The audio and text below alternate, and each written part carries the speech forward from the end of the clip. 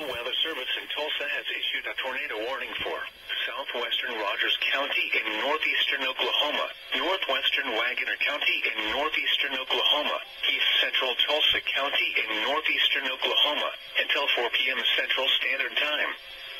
At 3:31 p.m. Central Standard Time, a severe thunderstorm capable of producing a tornado was located near Oneida, moving northeast at 35 miles per hour.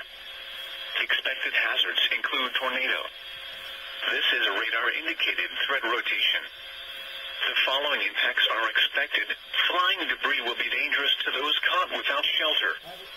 Mobile homes will be damaged or destroyed.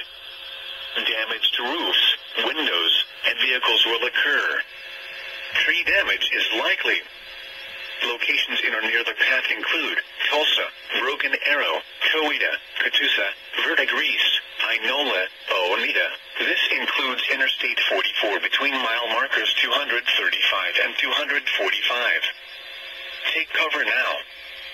Move to a basement or an interior room on the lowest floor of a sturdy building. Avoid windows. If you are outdoors, in a mobile home, or in a vehicle, move to the closest substantial shelter and protect yourself from flying debris.